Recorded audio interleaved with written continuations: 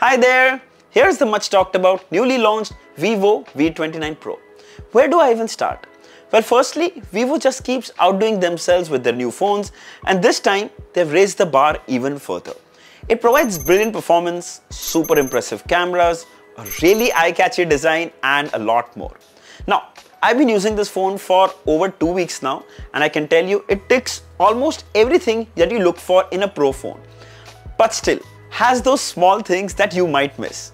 Don't worry, we'll share everything in detail so you can decide you should buy the Vivo V29 Pro or not. Let's begin. So we'll quickly take you through an unboxing, the standard Vivo grey box. Inside we have the phone itself, some paperwork that includes the quick start guide, a transparent TPU cover, really good quality, USB-C charging cable, a SIM ejector pin, and an 80-watt charging brick.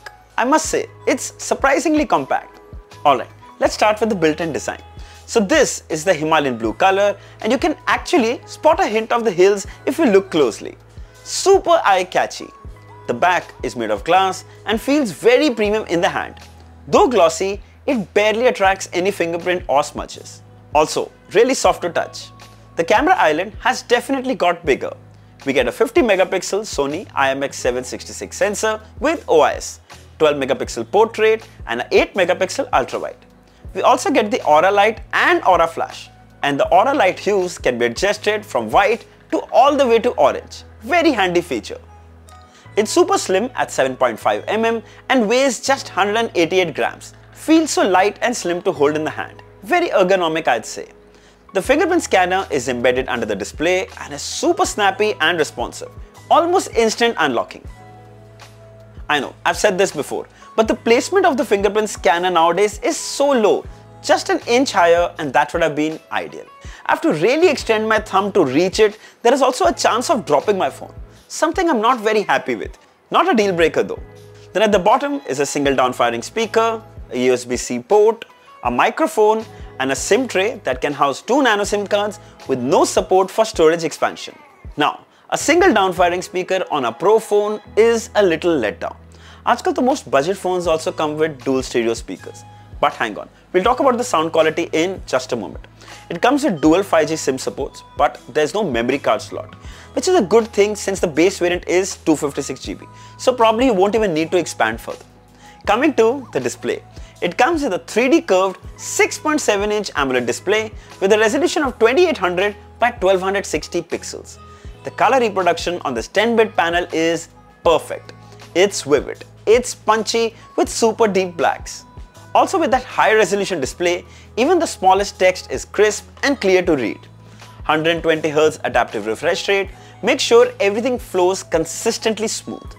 We have been testing it a lot, and rarely did we see any throttle even when pushed to the limit. You can switch the refresh rate to 60Hz if you prioritize battery. But I'd say stick to Smart Switch, where it adjusts the refresh rate according to the app you're using, also helping you conserve battery.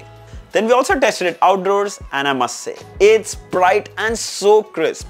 Vivo claims 1300 nits of peak brightness, and it's truly impressive. Check that out.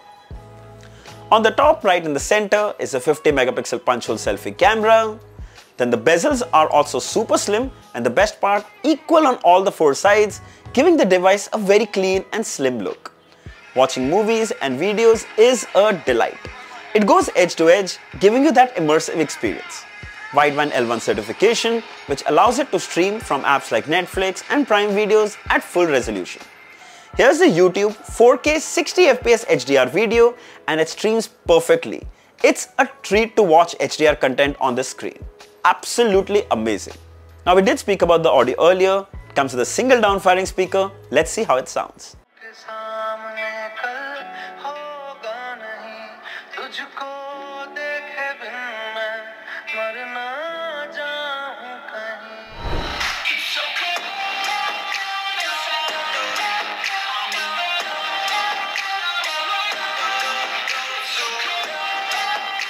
So yes, the single down-firing speaker does sound a little incomplete.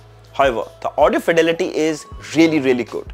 It also gets loud, it maintains good clarity as well, and I can't even imagine how amazing this would have been if it had dual stereo speakers, especially when you're gaming. It really helps. But again, it's not a deal breaker and it sounds pretty good. Coming to the OS. So it's running Android 13 over Vivo's homebrewed FunTouch OS. It's mostly stable and works really well.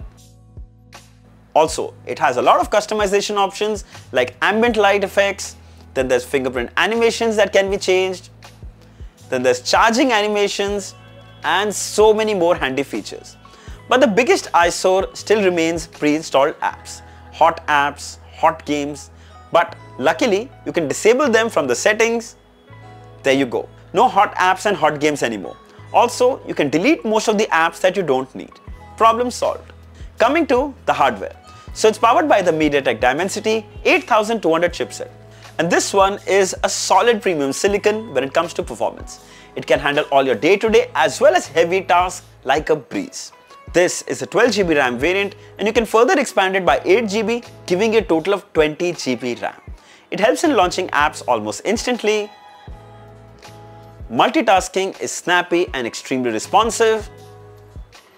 And with abundance of RAM, most often used apps are still in memory. Then we also ran some benchmarks starting with Antutu and it scored 9,15,000, which I think is truly commendable. Now the storage type is UFS 3.0 and we did the storage test as well and it scored 1778 MB read and 1541 MB write. And finally, the CPU stress test where the CPU throttled at 87% of its peak performance, which I think is pretty good. Yes, we did play a lot of BGMI and what an amazing experience it was. Firstly, you can activate gaming mode by swiping from the menu on the side. It helps drastically improve gaming experience. It played super smooth at almost 90 Hz without any lag or drop frames. It's such a treat to play games on the Vivo V29 Pro. Though I must add, it did heat up a little, but not to the extent of getting uncomfortable. I could still play for hours. This device is super solid in the gaming department. Coming to the battery. Well, it comes with a 4600 mAh battery. That does seem less when compared to most phones nowadays that are offering 5000 mAh as standard. But still, it would easily last me a full day with heavy use. It comes with an 80-watt charger which takes about 18 minutes from 0 to 50% and about 50 to 55 minutes for full charge, which I think is really good. Coming to the best part of the V29 Pro, the cameras. Starting with the main 50 megapixel Sony IMX766 sensor. They capture images extremely well, super well balanced, excellent dynamic range. Check out those blue skies, vivid punchy colors, and it makes every shot look just perfect. Here are some taken in low light. We can also notice a lot of light flares, but still, it gets most of the things in focus. OIS does a fab job here. Then here are some images taken in indoor lighting. Here are some portrait shots. And I can say, in most scenarios, the edge detection of the bokeh is spot on, keeping the subject perfectly in focus. Here are some taken with the 8 megapixel ultra wide, and they too are very impressive. I saw myself using the ultra wide more often this time. Excellent contrast, blue skies with details well maintained. When it comes to video recording, you can record with both front and rear video camera at the same time. Ideal for vloggers. Then here's a 4K 60 FPS video recorded from the rear camera, handheld.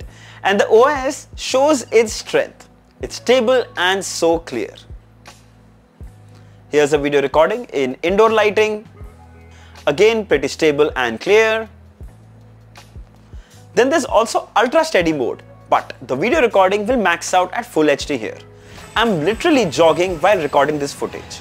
You can barely even notice it. So smooth. So now for those extreme roller coaster rides, this mode would be perfect. Coming to the front 50 megapixel sensor. In one word, wow. It gets every shot perfect. Bright, it's crisp, excellent skin tones. Then here are some taken in low light, really natural images, maintaining all the details. Hi there. So here's a video recording from the front camera of the Vivo V29 Pro. And let me surprise you, this is a 4K 60 FPS video from the front camera. I think Vivo really nails it for vloggers. So 4K 60 FPS video recording, it's also pretty stable. The audio you're hearing right now is also being recorded from the mics of the phone. Write in the comments and share with us what you think about the video quality and the audio quality as well. Alright, final thoughts. The fact is, I miss the dual stereo speakers at times.